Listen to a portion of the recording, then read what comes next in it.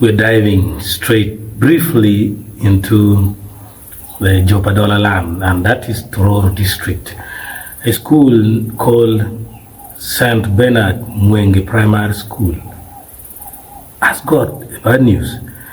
There are only 2 pupils who have registered for the primary leaving examinations, and that is by the name Thomas Okello and then Udon.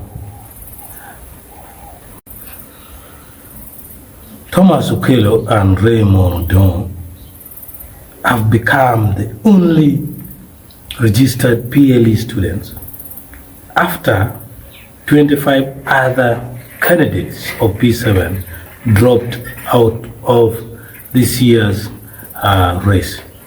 This school, St. Benard Mwenge, registers a total of 368 pupils, and there are 8 teachers on government payroll. This is a fully government-aided school, and now is a sign of typical collapse, registering only 2 candidates.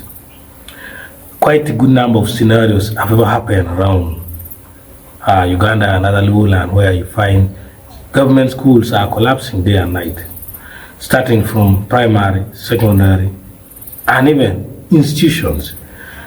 The ones that have been realized are the primary schools and the secondary schools. Many people still don't believe that government universities are also reluctant and lagging behind, while the private universities are taking a greater toll ahead in striving for better results and also practical-oriented system of learning. Thank you for watching this update.